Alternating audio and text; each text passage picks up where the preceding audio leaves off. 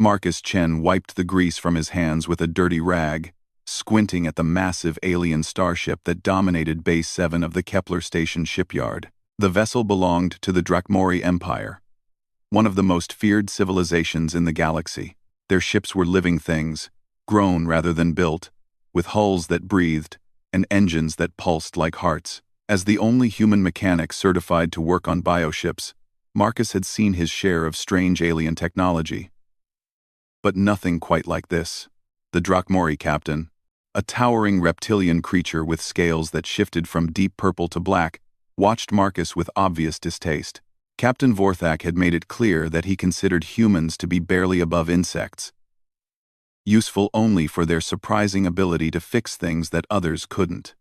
The rest of the galaxy saw humans as strange curiosities, a young species that had somehow developed an almost supernatural knack for understanding and repairing technology, even when they didn't fully comprehend how it worked. "Your ship has a serious problem," Marcus said, pointing to his scanner readings. "The bioneural network in your lower cargo hold is dying. If we don't fix it soon, your entire life support system will fail within a week." Vorthak's yellow eyes narrowed to slits. "Impossible. Our ship singers would have detected such damage." Marcus shrugged. He'd learned not to argue with alien clients, especially ones that could crush his skull with their bare hands. "The readings don't lie. Something down there is draining energy from the neural pathways. I need to go in and take a look." The captain's tail lashed with irritation. No outsider has ever entered the sacred cargo hold of a Drakmori vessel. "It is forbidden. Then your ship dies, and you drift in space until someone finds your corpse," Marcus replied matter-of-factly. He'd dealt with enough alien pride over the years to know when to be blunt. "Your choice." After what felt like an hour of heated discussion in the Drakmori language, which sounded like rocks grinding together, Vorthak reluctantly agreed. He led Marcus through corridors that pulsed with bioluminescent veins, their walls warm to the touch and slightly yielding underfoot. The ship felt alive because it was alive. A creature bred and shaped over centuries to serve as a vessel among the stars. The cargo hold was vast and dimly lit, filled with containers that hummed with unknown energy. But Marcus's attention was drawn immediately to the center of the space, where something was very wrong. His scanner was going crazy, detecting massive energy fluctuations from what appeared to be an empty area of the floor. "What's supposed to be here?" Marcus asked, kneeling down and running his hands over the smooth biometal surface. "Nothing," Vorthak said too quickly. "Empty space for future cargo." Marcus's fingers found an almost invisible seam in the floor.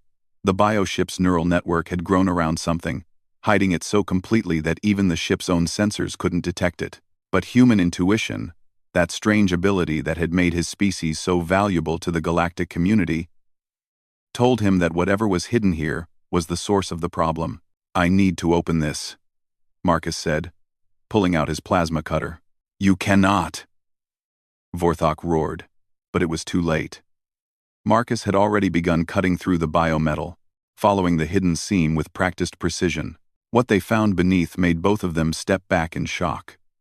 Nestled in a specially grown chamber was an egg the size of a human torso, its surface covered in scales that shifted between deep red and gold. It pulsed with its own inner light, and the air around it shimmered with heat. But the egg was clearly dying, its light fading, and its surface cracking. "By the void," Vorthak whispered, his voice filled with a mixture of awe and terror. "A dragon egg. But this is impossible. The dragons were destroyed eons ago." Marcus knelt beside the egg, his scanner confirming what his eyes could see. Whatever was inside was still alive. But barely. The bioship had been trying to keep it alive, slowly draining its own energy reserves to maintain the stasis chamber. "How long has this been here?" I don't know," Vorthak stammered. "This ship is over 300 years old. The egg could have been hidden before my grandfather's grandfather was hatched." The egg pulsed weakly, and Marcus felt something that made his hair stand on end. For just a moment, he could have sworn he felt something touch his mind. A presence, vast and ancient and desperate. Dragons, he remembered from the galactic databases, had been telepathic beings of immense power. The Drachmori claimed to be their descendants, but they were pale shadows of what their ancestors had been. It's dying because the stasis field is failing, Marcus said, studying his readings. The bioship can't maintain the power requirements anymore. We need to either boost the power, or what? Vorthok demanded. Marcus looked at the egg, then at his toolkit. Human engineering was crude compared to the elegant biotechnology of other species, but it was also remarkably adaptable. Or we help it hatch. The Drachmori captain recoiled as if Marcus had suggested setting the ship on fire. You speak of madness. Dragons were beings of pure destruction. They nearly destroyed the galaxy before they were finally defeated. If one were to awaken now, it's going to die anyway, Marcus pointed out. And when it does, it'll probably take your ship with it. Look at these energy readings. The neural feedback could fry every system on board. Marcus pulled out a portable power cell and began connecting it to the egg's stasis chamber. His hands moved with the confidence born of years of experience. Even though he was working with technology he barely understood, that was the human way. Figure it out as you go. Adapt and improvise until something worked. The egg responded immediately to the additional power, its glow strengthening. But the cracks in its surface were spreading, and Marcus realized that they were past the point of no return. The creature inside was ready to be born, whether the universe was ready for it or not. Stand back, Marcus warned, but Vorthok was already backing toward the exit. I will not be responsible for unleashing a dragon upon the galaxy, the captain said. Do what you will, human. But know that this folly is yours alone. Marcus found himself alone with the dying dragon egg, its surface now glowing bright enough to hurt his eyes. The cracks were spreading rapidly, and he could hear something moving inside. His rational mind told him to run, to get as far away as possible before whatever was inside broke free. But his human curiosity, that same trait that had driven his species to the stars despite being younger and weaker than most galactic civilizations, kept him rooted in place. The egg split open with a sound like breaking crystal, and steam poured out of the opening. Through the mist, Marcus saw movement. Something large and serpentine uncoiling itself. A head emerged first, triangular and covered in scales that shifted between red and gold. Eyes opened, ancient and intelligent, and fixed on Marcus with an intensity that made his knees weak. The young dragon was beautiful and terrifying, about the size of a large dog but radiating a presence that filled the entire cargo hold. It looked at Marcus for a long moment, and he felt that touch in his mind again, stronger now, and filled with curiosity rather than desperation.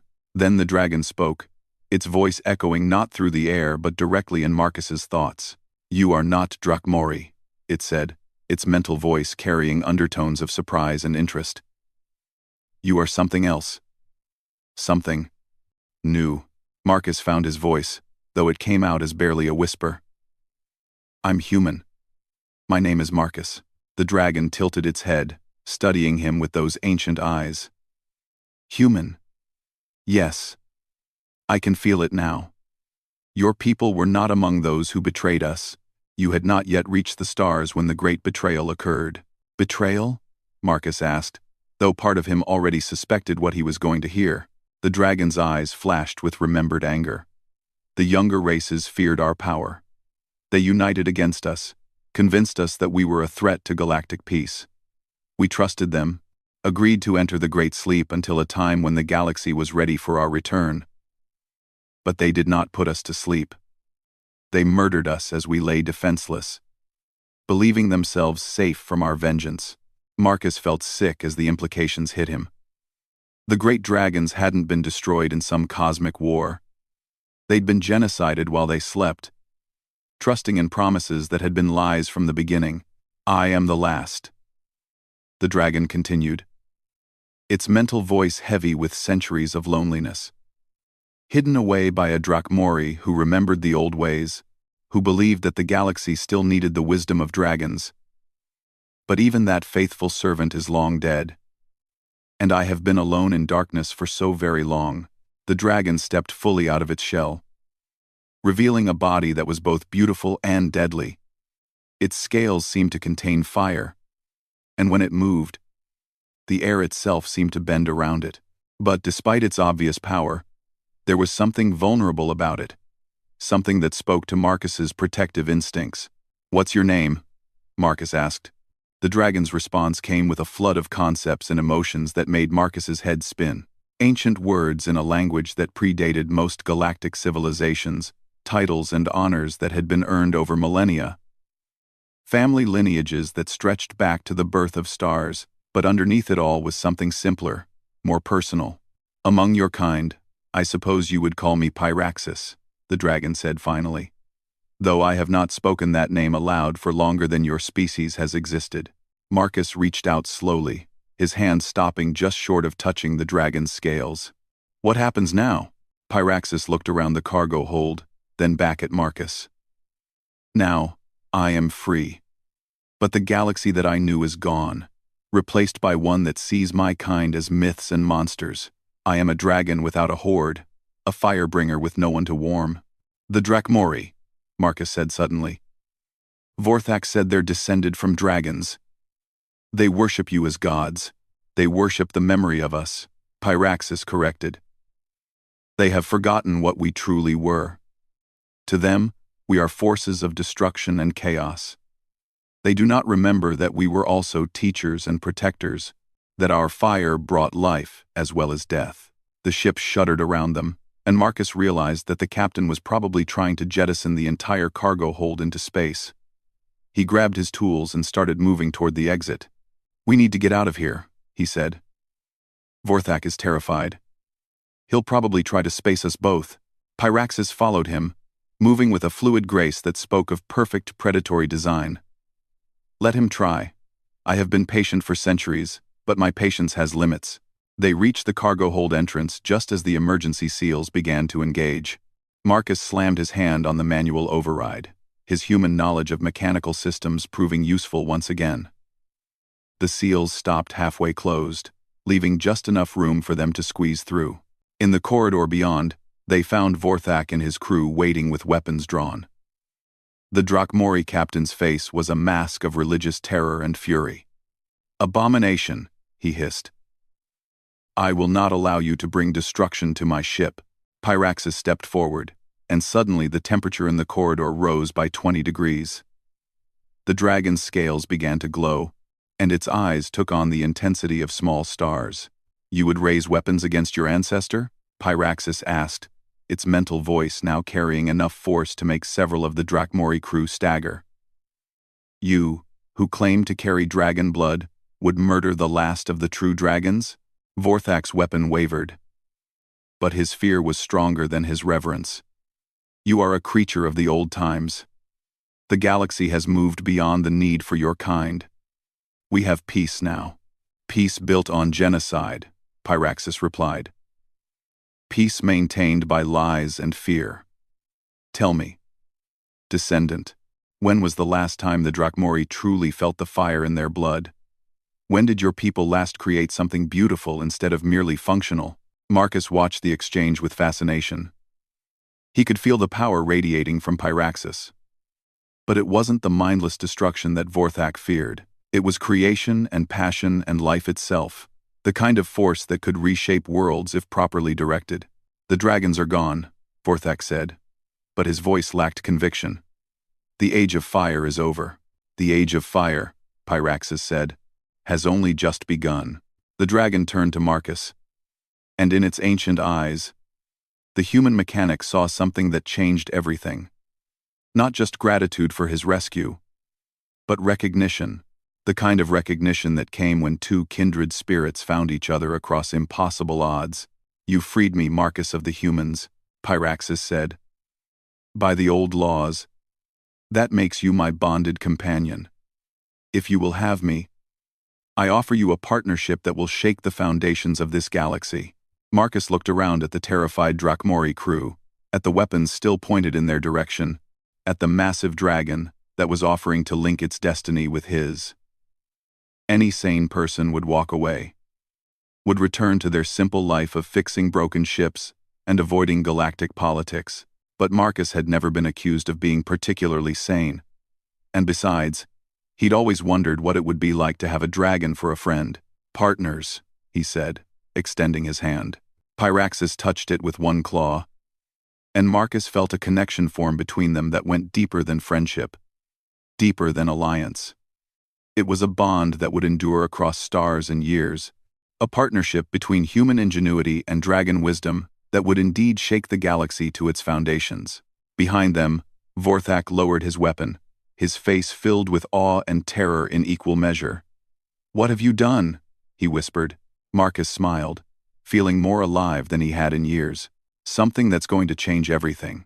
3 months after the hatching, Marcus had learned that having a dragon for a partner was both the most amazing and most complicated thing that had ever happened to him. Pyraxis had grown rapidly, now the size of a small transport ship, though the dragon claimed this was still barely adolescent by dragon standards. They had taken up residence in an abandoned mining facility on the edge of Kepler Station's jurisdiction, where Pyraxis could stretch and practice flying without terrifying the local population.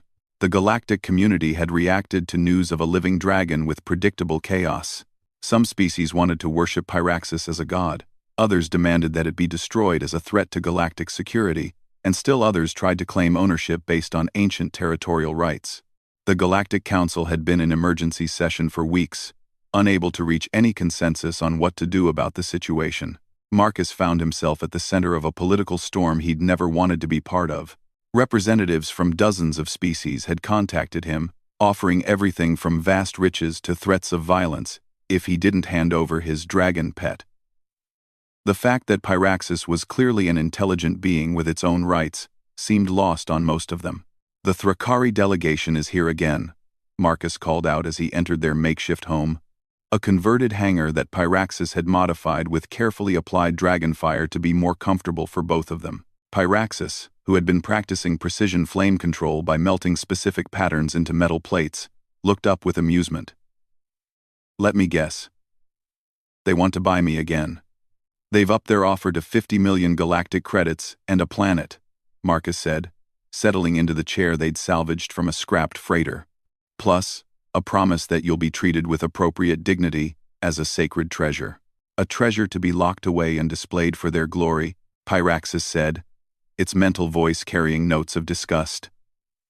"These younger races understand so little about what dragons truly are. We were never meant to be worshipped or imprisoned. We were meant to be partners, to work alongside others to create wonders beyond imagination." Marcus nodded, pulling up a holographic display of the latest communications they'd received. "It's getting worse. 3 more military fleets have taken up positions in the outer system. The hegemony wants you eliminated as a potential weapon. The collective wants you studied as a scientific specimen. And the Drakmori Empire has declared you a false prophet that threatens their religious stability." Pyraxis snorted, a small puff of flame escaping its nostrils. "The Drakmori fear me because I remind them of what they've lost. They've spent so many generations worshipping the memory of dragons that they've forgotten how to actually be dragons themselves. Their blood has grown thin and cold." "Speaking of the Drakmori," Marcus said, "Captain Vorthak sent another message. He wants to meet with you privately. Says it's about something called the Dragon Codex." This got Pyraxis's full attention. The dragon's head snapped up, its ancient eyes blazing with sudden intensity. "The Codex still exists? I thought it was destroyed when the betrayal began. What is it?" "A record of dragon knowledge and wisdom, compiled over millennia of civilization," Pyraxis explained. "It contains everything from advanced scientific principles to the location of hidden dragon hordes scattered across the galaxy. If Vorthak truly has access to it, then perhaps there is more hope for his people than I believed." Marcus was about to respond when their proximity alarms activated. Through the hangar's main window, he could see a small fleet of ships dropping out of hyperspace directly above their position. Not military vessels this time, but something worse: corporate security forces. "Meridian Industries," Marcus muttered, recognizing the logos on the ship hulls. "They're the ones who've been trying to claim salvage rights on you." Pyraxis rose to its full height, scales beginning to glow with inner fire. "They believe they can claim a dragon as property?" The lead ship was broadcasting on all frequencies, its message filling their hangar with officious corporate speak. "Attention illegal occupants of mining station Delta 7. You are in violation of Meridian Industries Salvage Claim 47 Alpha 9. Surrender the alien artifact immediately, and criminal charges may be waived. Alien artifact, Pyraxis repeated, its mental voice dangerous.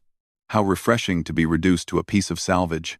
Marcus was already moving toward their emergency equipment when the first boarding pods launched from the corporate ships. Meridian Industries had clearly decided that negotiation was a waste of time. Their security forces were some of the best equipped in the galaxy, armed with weapons designed to subdue dangerous alien life forms. "Can you get us out of here?" Marcus asked. Pyraxis looked at the approaching boarding pods, then at Marcus, and something shifted in the dragon's expression. Where before there had been caution and restraint, now Marcus saw the awakening of something far more primal. "I am tired of running," Pyraxis said. "I am tired of hiding. I am tired of being treated as either a god to be worshipped or a beast to be captured. Perhaps it is time these younger races remembered why dragons were once feared as well as revered." The first boarding pod crashed through the hangar's main airlock, disgorging a squad of heavily armed security troops in powered armor. They moved with professional efficiency, weapons trained on both Marcus and Pyraxis as they advanced across the hangar floor. "Stand down immediately," the squad leader commanded through his suit speakers. "The artifact will not be harmed if you comply." Pyraxis took a step forward, and the temperature in the hangar jumped 20 degrees. "I am not an artifact, little ones. I am Pyraxis, last of the true dragons, keeper of the sacred flames, and you're better in every way that matters." The security troops hesitated, clearly not prepared for their target to speak. In that moment of confusion, Pyraxis moved. Dragons, Marcus realized, were not just magical creatures from ancient legend. They were perfect predators, evolved over millions of years to be the ultimate apex species. Pyraxis flowed across the hangar like liquid fire, too fast for the human eye to follow. The security troops' weapons discharged harmlessly into empty air as the dragon danced between their shots with impossible grace. When Pyraxis breathed fire, it wasn't the crude flame-throwing that Marcus had expected. Instead, precise jets of superheated plasma lanced out, targeting the power cells of the troops' armor with surgical accuracy. Within seconds, the entire squad was rendered helpless, their weapons dead and their armor locked in emergency shutdown mode. "Impressive," said a new voice from the hangar entrance. Marcus turned to see a figure in an expensive suit walking calmly through the wreckage, apparently unconcerned by the dozen unconscious security troops scattered around the floor. "Director Sarah Chen of Meridian Industries," the woman said, nodding to Marcus. "And before you ask, yes, we're related. Third cousins, I believe." Marcus stared at her in shock. "Sarah? What the hell are you doing here?" "My job," she replied matter-of-factly. "Meridian Industries has invested considerable resources in tracking down and cataloging surviving examples of ancient technology. Your dragon represents the greatest discovery in galactic history." "Pyraxis isn't technology," Marcus said, "and definitely not property to be cataloged." Sarah smiled, the expression cold and calculating. "Everything is property if you have the right legal framework. We've spent the last 3 months establishing ownership claims based on ancient salvage laws, territorial rights, and interspecies protection protocols. As of yesterday, the Galactic Trade Commission officially recognized our claim to any and all dragon-related assets." Pyraxis had been listening to this exchange with growing anger, its scales now glowing bright enough to hurt the eyes. "You would cage the last dragon for profit? I would preserve you for posterity," Sarah corrected. "Meridian Industries has constructed the most advanced xenobiological research facility in the galaxy. You would be studied, protected, and cared for, according to the highest scientific standards." "In a cage," Marcus said. "In a controlled environment designed for your safety and the safety of others," Sarah replied smoothly. "Come now, Marcus. Surely you realize that this situation isn't sustainable. Half the galaxy wants to worship your pet. The other half wants it destroyed. We're offering a reasonable third option." Marcus felt Pyraxis's mind touch his, sharing images and concepts too complex for words. The dragon was showing him something, a plan that was both brilliant and terrifying in its scope. What if there was a fourth option? Marcus said slowly. Sarah raised an eyebrow. I'm listening.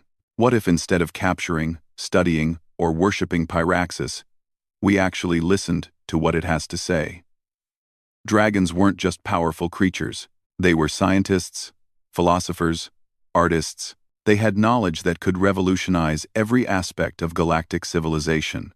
Pretty words, Sarah said, but ultimately meaningless. Meridian Industries deals in facts and profits, not fairy tales about ancient wisdom. That was when Pyraxis smiled, an expression that looked absolutely terrifying on a dragon's face. Would you like to see some facts, Director Chen? The dragon reached out with its mind, not to Marcus this time but to the hangar's computer systems. Through their bond, Marcus could feel Pyraxis interfacing directly with the digital infrastructure. Its consciousness flowing through networks and databases with the ease of someone walking through their own home. Within seconds, every screen in the hangar was displaying information that made Sarah's face go pale.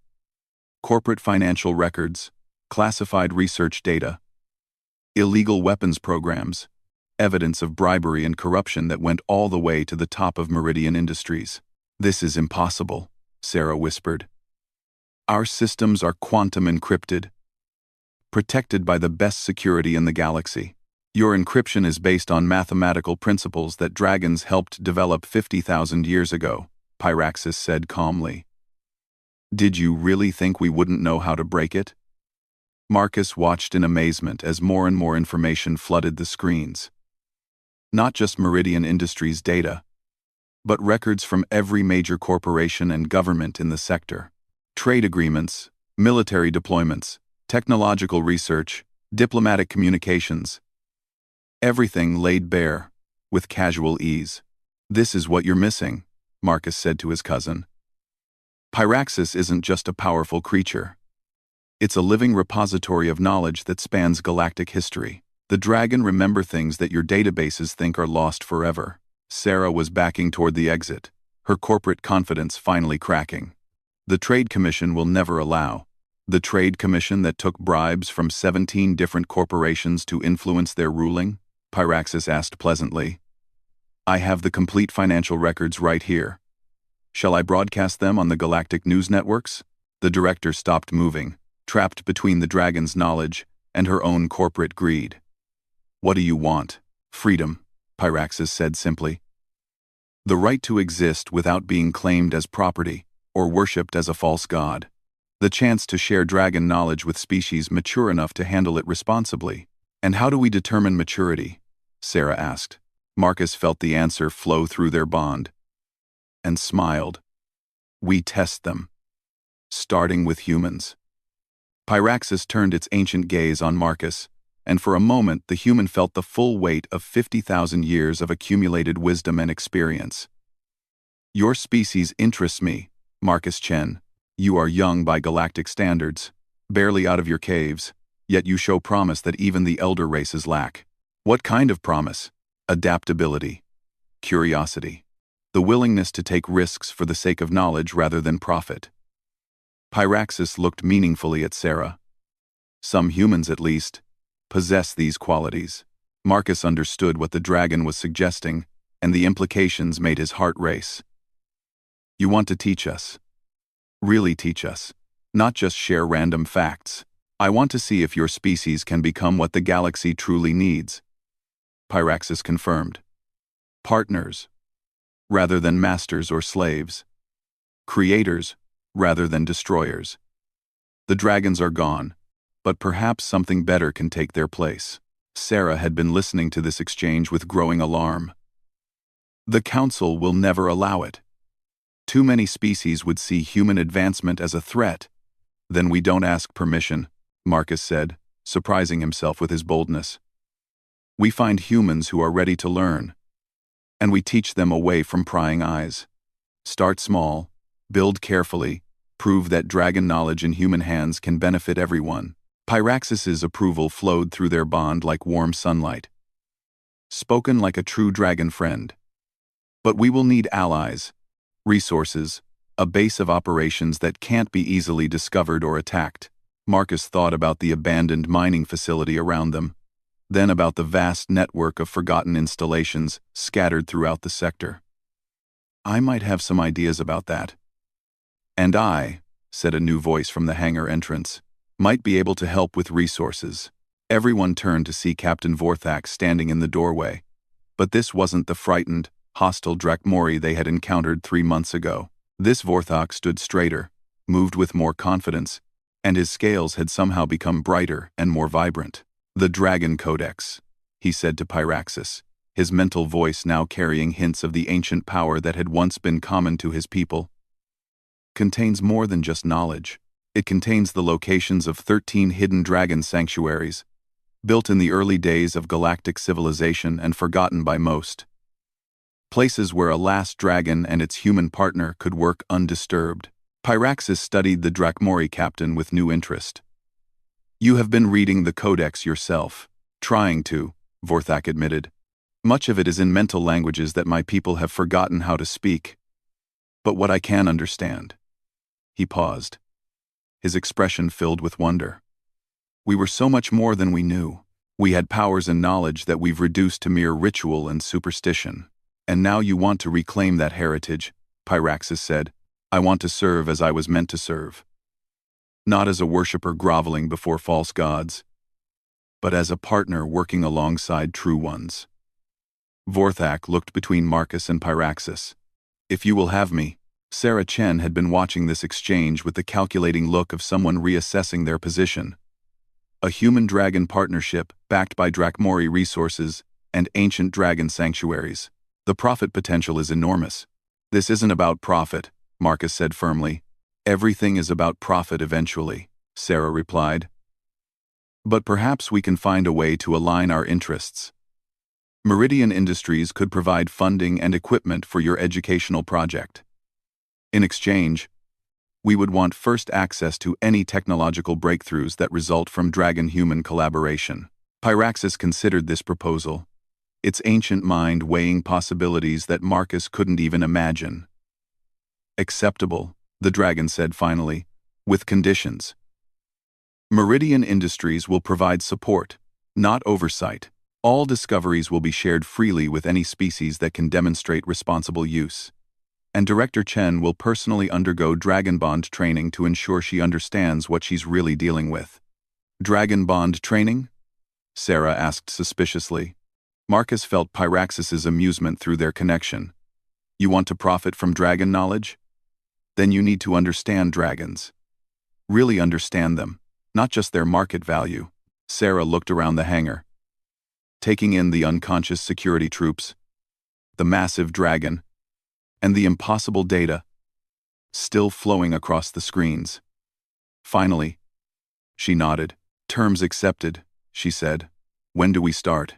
Pyraxis spread its wings, and for the first time since hatching, the dragon looked truly happy. We start by remembering what the galaxy was meant to become, a place of wonder and partnership, where the wisdom of the ancients guides the enthusiasm of the young. The dragon turned to Marcus, its eyes bright with anticipation. Are you ready to change the galaxy, partner?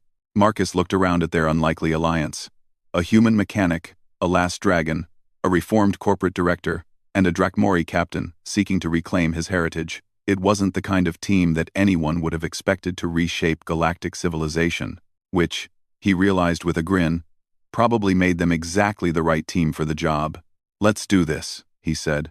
2 years had passed since the formation of what the galactic media had dubbed the Dragon Alliance. What had started as an unlikely partnership between a human mechanic and the last dragon had grown into something that was reshaping the very foundations of galactic civilization. The hidden dragon sanctuary that Captain Vorthak had led them to had become a thriving research facility, where human curiosity met dragon wisdom under the protection of Drakmori warriors and the funding of reformed corporate interests. Marcus stood on the observatory deck of Sanctuary Prime, watching the latest group of human students practice telepathic communication with young Drakmori, who were rediscovering their own heritage. The sight still amazed him, humans learning to touch minds across species barriers, while Drakmori remembered how to breathe fire not just physically but metaphysically, creating flames that could forge matter at the molecular level. The Council is requesting another demonstration, Sarah Chen said as she joined him at the observation window. The corporate director had changed dramatically over the past 2 years. Dragonbond training had awakened something in her that went far beyond profit margins and market analysis. She now carried herself with the quiet confidence of someone who had touched the ancient wisdom of the galaxy and found her place within it. "Which one this time?" Marcus asked. "The healing flames? The matter compilers? Or the consciousness networks?" "All of them," Sarah replied. "Plus the new project. They want to see the memory crystals in action." Marcus winced. The memory crystals were their most ambitious project yet, an attempt to preserve and share the accumulated knowledge of entire civilizations through dragon-crafted storage devices that interfaced directly with biological minds. The implications were staggering. Instant education, perfect communication across species barriers, the preservation of cultural heritage that might otherwise be lost to time. They were also terrifying to most of the galactic establishment. The ability to share memories and knowledge directly meant that lies and secrets became much harder to maintain. Several government officials had already tried to ban the technology, claiming it was a threat to personal privacy and social stability. "How many species are sending representatives?" Marcus asked. 47 confirmed, with more arriving daily. Even some of the isolationist enclaves are sending observers. Sarah paused. "And the hegemony military is still maintaining their blockade of the outer system." That was the shadow hanging over everything they had accomplished. The Terran hegemony, the loose confederation of human worlds that claimed to speak for humanity as a whole, had declared the Dragon Alliance a rogue organization that threatened the carefully maintained balance of galactic power. Their military forces surrounded the sanctuary system, not yet willing to attack but making it clear that they viewed Marcus and his allies as traitors to their own species. "The hegemony fears what we represent," came Pyraxis's mental voice, as the dragon approached from the inner chambers of the sanctuary. The ancient being had grown even larger over the past 2 years, now the size of a small starship, but its increase in physical power was nothing compared to the expansion of its mental capabilities. Working with human minds had somehow awakened dormant aspects of dragon consciousness that had been sleeping for millennia.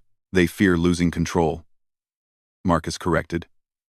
"The hegemony's power is based on being the dominant human faction in galactic politics. If individual humans start forming direct alliances with other species, their authority becomes meaningless."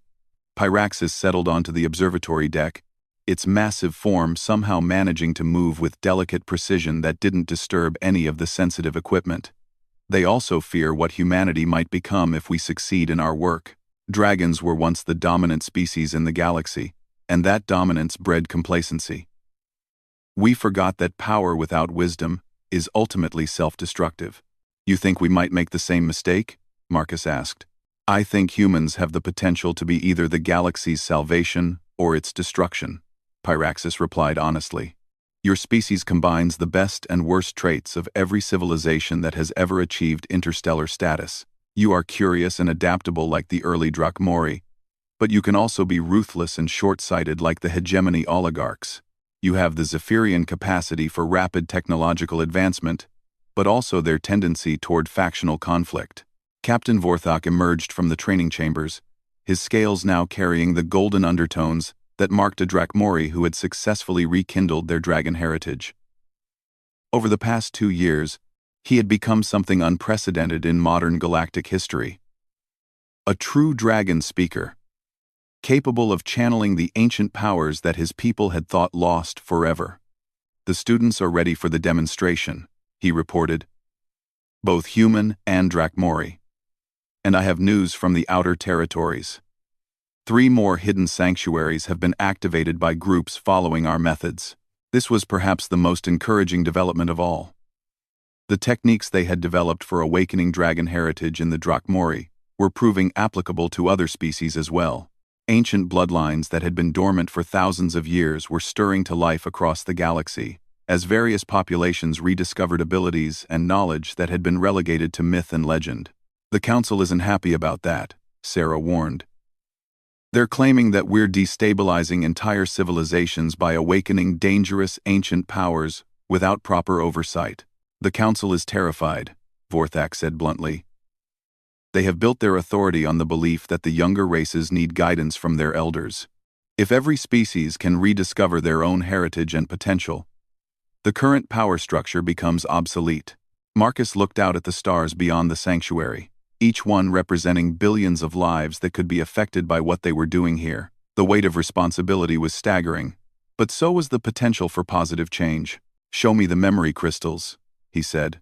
They made their way to the deepest level of the sanctuary, where the most sensitive research took place. The Memory Crystal Project had begun as an attempt to preserve Pyraxis's knowledge in case something happened to the last dragon. But as they had developed the technology, they realized they were creating something far more significant. A way to share experiences and understanding across any barrier of species, culture, or time. The crystals themselves were beautiful, roughly the size of human fists, and formed from materials that existed at the intersection of physical matter and pure thought. They glowed with their own inner light, and when properly activated, they could interface directly with any sentient mind to share stored memories and experiences. "The demonstration crystal contains a memory sequence from Pyraxis," explained Dr. Elena Vasquez, the project's lead researcher. "Specifically, a memory of the galaxy as it existed during the height of dragon civilization 50,000 years ago." Marcus had experienced that memory himself during the early stages of the project, and it had changed his understanding of everything. To see the galaxy as it had once been, a place of wonder and cooperation, where hundreds of species worked together to explore the deepest mysteries of existence, was both inspiring and heartbreaking. "The council representatives will be able to experience this directly?" Marcus asked. "With their permission, yes. The crystals can't force a memory transfer, but they can offer the experience to any willing participant." Dr. Vasquez paused. "We should warn them that dragon memories are particularly intense. The level of sensory detail and emotional depth can be overwhelming for species that aren't naturally telepathic." "That's exactly what we want," Pyraxis said. "For too long, the younger races have made decisions based on limited understanding and fearful assumptions. Let them truly comprehend what they are choosing between: the narrow certainties of the current order, or the infinite possibilities of what the galaxy could become." The demonstration took place in the sanctuary's main amphitheater, with representatives from dozens of species arranged in concentric circles around the central display area. Marcus could see the mixture of curiosity, skepticism, and fear on their faces as they watched the preparations. The hegemony delegation was led by Admiral Rebecca Torres, a woman Marcus remembered from his early days in the merchant fleet. She had been a rising star then, known for her strategic brilliance and unwavering loyalty to human interests. Now she sat with the rigid posture of someone who viewed this entire proceeding as a potential threat to everything she held dear. "Before we begin," Pyraxis addressed the assembly, its mental voice carrying clearly to every mind present, "I want to be clear about what you are about to experience. This is not a simulation or reconstruction. This is an actual memory, preserved from the time when dragons guided galactic civilization. You will see, feel, and understand what that era was truly like." The memory crystal was activated by a combination of human technology and dragonfire, the ancient power awakening the stored experiences within the crystalline matrix. As the glow spread through the amphitheater, Marcus felt the familiar sensation of his consciousness expanding beyond the boundaries of his physical form. Suddenly, he was flying through space without a ship, his perception enhanced by dragon senses that could detect the subtle flow of cosmic energies. Below him, a planet that defied every law of physics he knew, its surface sculpted by species working together to create living art on a planetary scale. Cities that were also ecosystems, supporting millions of inhabitants while enhancing, rather than destroying, the natural environment. Space habitats that doubled as vast instruments for studying the music of the spheres, their very structure designed to harmonize with the cosmic background radiation. But more than the visual spectacle was the sense of purpose and cooperation that permeated everything. This wasn't a civilization built on competition and conflict, but one founded on the idea that diversity of thought and experience was the galaxy's greatest strength. Dragons worked alongside crystalline beings who thought in mathematical symphonies.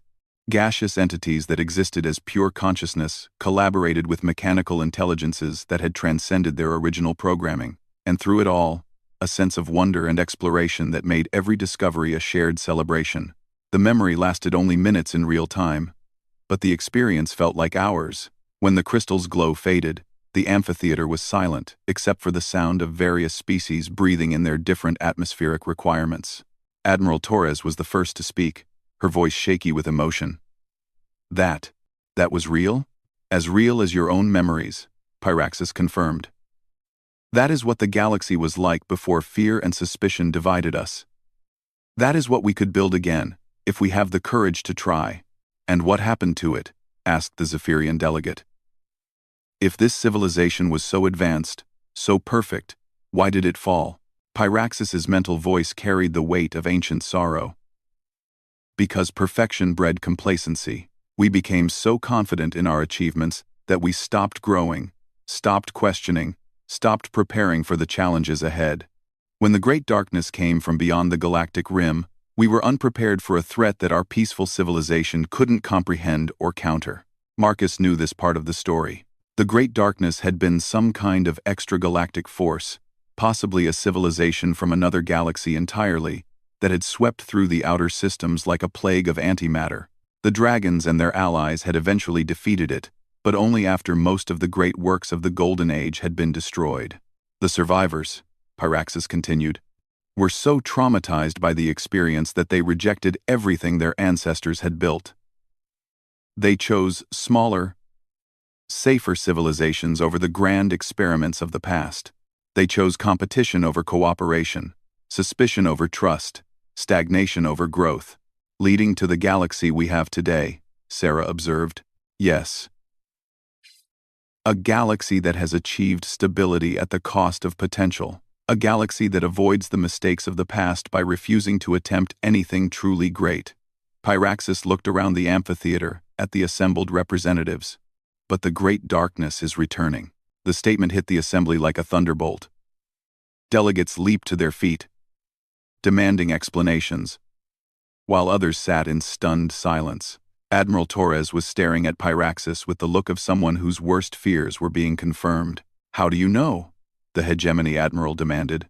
Because I can feel it, Pyraxis replied simply.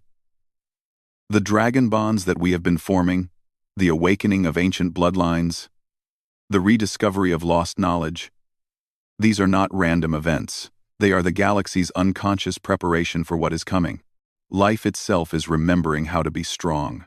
Marcus felt the truth of this statement resonate through their bond.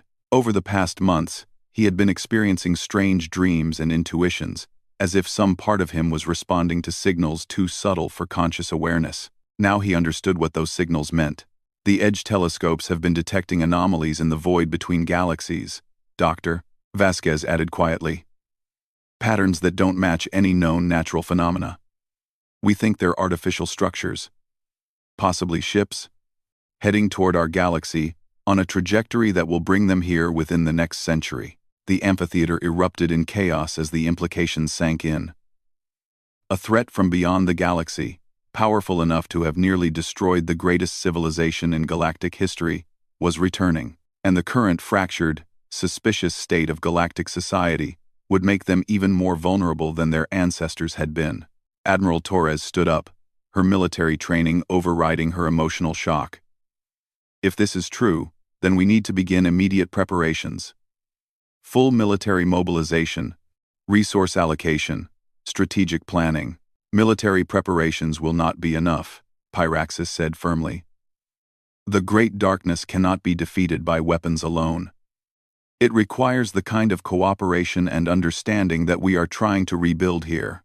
It requires every species to awaken to its full potential and work together as our ancestors once did. You're asking us to completely restructure galactic civilization based on 50,000-year-old memories and vague sensor readings.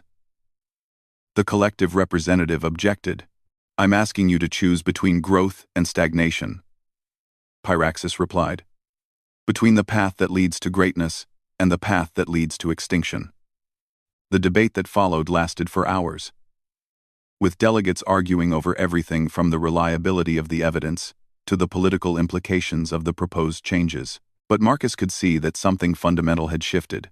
The memory crystal experience had given them all a vision of what was possible, and the warning about the returning darkness had provided the motivation to act. It was Admiral Torres who finally brought the discussion to a head. Even if I personally believe what I've seen here today, the Hegemony Council will never agree to subordinate human interests to some kind of galactic unity project. They'll see it as a surrender of sovereignty. Then perhaps, Marcus said, surprising everyone including himself, it's time for humanity to choose new leadership. The words hung in the air like a challenge, and Marcus realized he had just declared revolution against his own species' government. But as he looked around at the faces of his allies, human, Dracmori, and others, he felt the rightness of it. This was bigger than any single species or government. This was about the survival and evolution of galactic civilization itself. You're talking about treason, Torres said quietly. I'm talking about humanity growing up, Marcus replied. About taking responsibility for our place in the galaxy, instead of hiding behind political boundaries and tribal loyalties. Pyraxis spread its wings, and the ancient dragon's approval flowed through the amphitheater like warm sunlight. The choice is before all of you. Cling to the safety of the known, and face the darkness divided and weak. Or embrace the uncertainty of growth, and face it united and strong. One by one, the delegates began to voice their support. Not for their governments or their species' narrow interests, but for the larger vision that Pyraxis and the Alliance had shown them. It wasn't unanimous. Several delegations withdrew from the proceedings entirely. But a critical mass began to form. Admiral Torres was the last to make her decision. She looked at Marcus for a long moment, then removed her hegemony insignia and placed them on the amphitheater floor. The hegemony will never forgive me for this, she said. But I've seen what we could become, and I can't go back to what we were. Marcus felt Pyraxis's joy through their bond as the dragon realized that the galaxy was finally ready to remember what it meant to dream. The path ahead would be dangerous and difficult, with enemies both external and internal arrayed against them. But for the first time in 50,000 years, there was hope that the galaxy might achieve something truly great. The Age of Dragons was ending, but the Age of Partnership was just beginning. And when the Great Darkness returned, it would find a galaxy very different from the one it had nearly destroyed so long ago. It would find a galaxy that had remembered how to fight for something greater than itself. Marcus looked out at the stars and smiled. Somewhere out there, beyond the void between galaxies, an ancient enemy was approaching. But they would be ready. After all, they had dragons, and humans, and the bond between them that made all things possible.